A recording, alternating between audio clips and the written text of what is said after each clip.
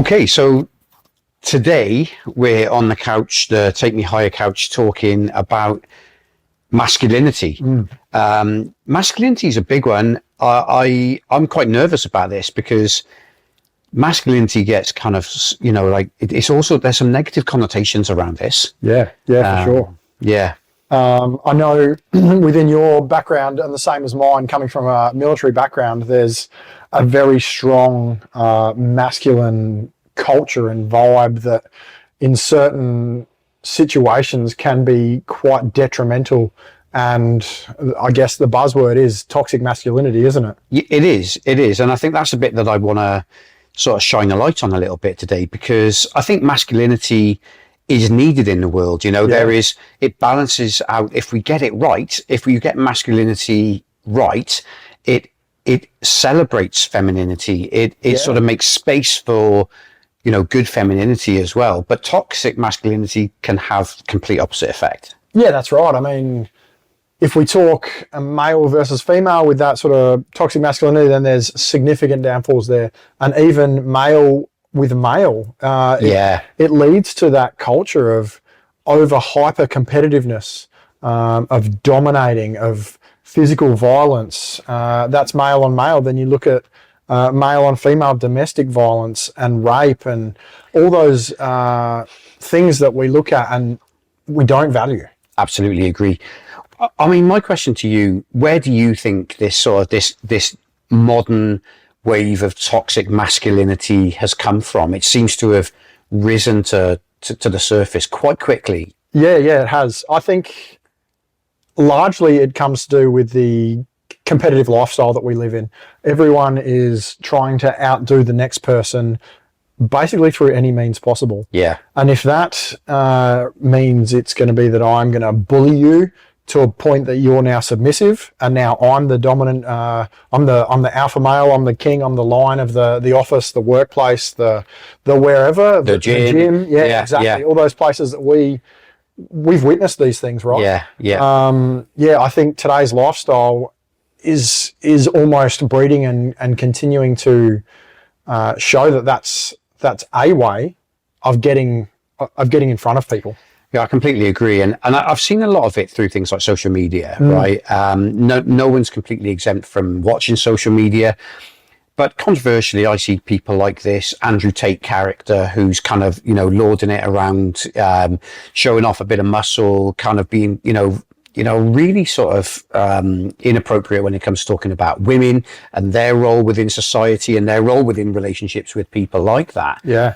And it angers me. It makes me furious because I sort of think, maybe we've never had masculinity right, or maybe it was right and it's gone astray. I don't know. But people like this are just kind of destroying our good name. Yeah, that's right. Yeah, and by good name, I assume you mean the male gender. Yeah, absolutely. Yeah. And I think a lot of it comes from confidence as a man.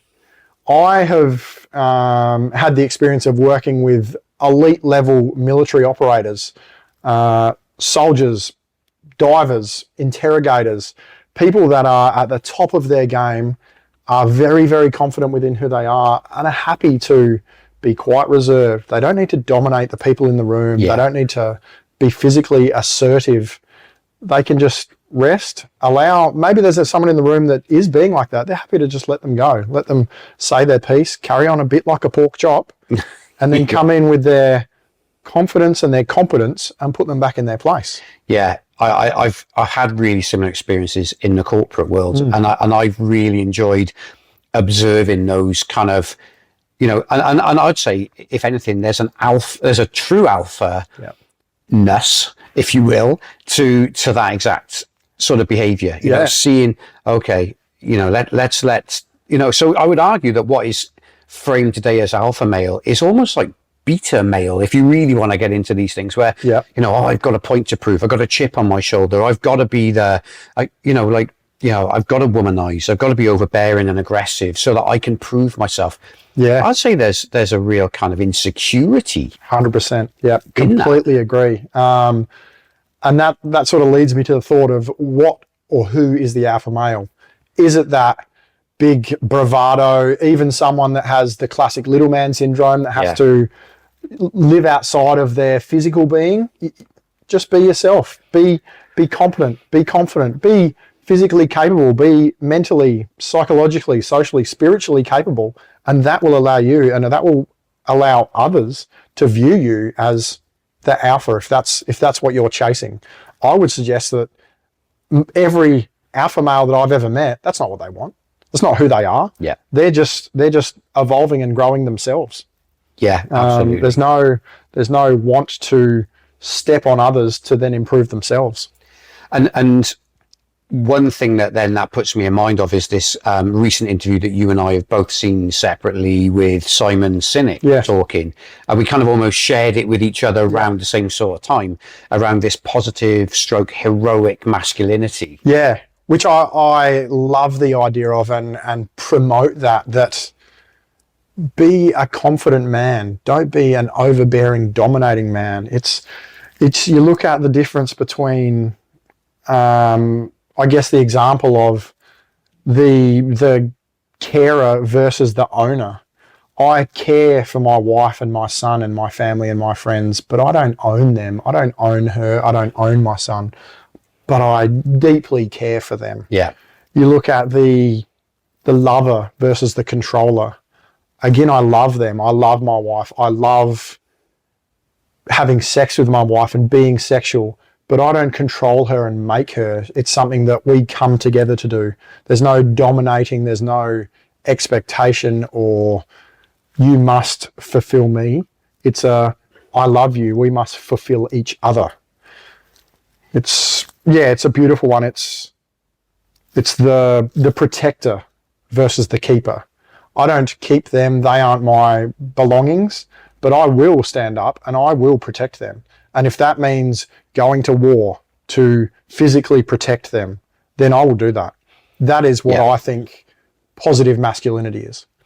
Yeah, I couldn't agree with you more. And I think, I've seen it in really similar ways. I think we need to redefine what the role of masculinity is. And this idea of being heroic and servant masculinity, potentially, even to a large extent. My wife, far more intelligent than me, as I'm sure you... And better looking, man. And better looking, yeah. Well, that's not hard. But my role is to support her, to be the person that is there, the sort of her cheerleader, sort of saying, you can do this. And, I want to make space for her to be the best person that she can possibly be. Yeah. If I'm doing my job right as a father and as a husband, then I'm making space for all these people around me to just become incredible people. I don't want control. And I've never wanted control of anybody. In fact, I'd rather be there in the background supporting and showing that love and having that sort of ability to coach and to guide. Yeah. It's really important to me. That's, I guess, for me, while you say that, it makes me think about your ego. You don't have an ego that you need stroked by saying, I'm the man of the house. I dominate this house. You are there to support your partner and your kids, and they do the same with you. It's a partnership. Yeah.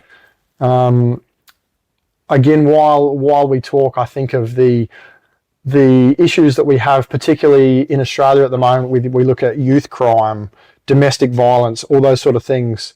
That suggests to me that we have a problem with men, with our leadership, with our elders. We don't value elders.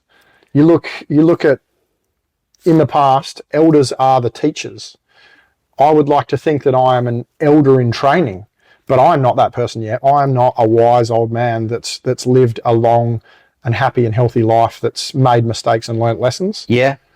But I do see that at some stage, and as I grow more and more, it is my role within community and society to show the right way to live and how to be a man. So true, Ash. You're absolutely right. And I could not agree with you more. If not you, then who? Yeah. And if not now, then when, right? And I think that's exactly it, and this idea of like youth crime, I think because the elders are missing, where are they? Where are these people that are positive role models, that are getting kids to kind of find their true north?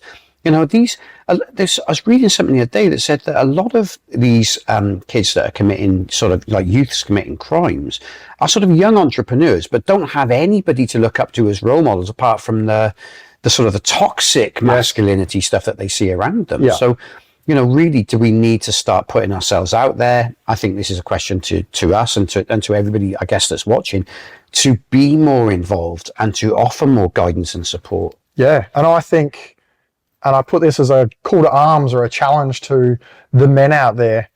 Speak to your sons, speak to your daughters, show them the right way to be, the right way to act, how to respect others, how to grow in a positive way. I watch you do it with your children. I watch you do it with our community. I'd like to think that I'm doing the same thing. I think there are people out there, many people out there, that are doing the right thing. But we're fighting an uphill battle, right? Yeah. Society is competitive. We're all trying to get one step ahead. Well, how about we help each other take those steps rather than step on each other to get there? Completely agree. So look, in summary, you know, masculinity, it's not a dirty word. It's got some sort of negative connotations at the moment, which breaks my heart. But I think if we do the right thing and we start to take some of these heroic, positive traits, then masculinity can become a really good thing again. And I think that's a really important thing. Yeah, don't be embarrassed by doing the right thing. Yeah.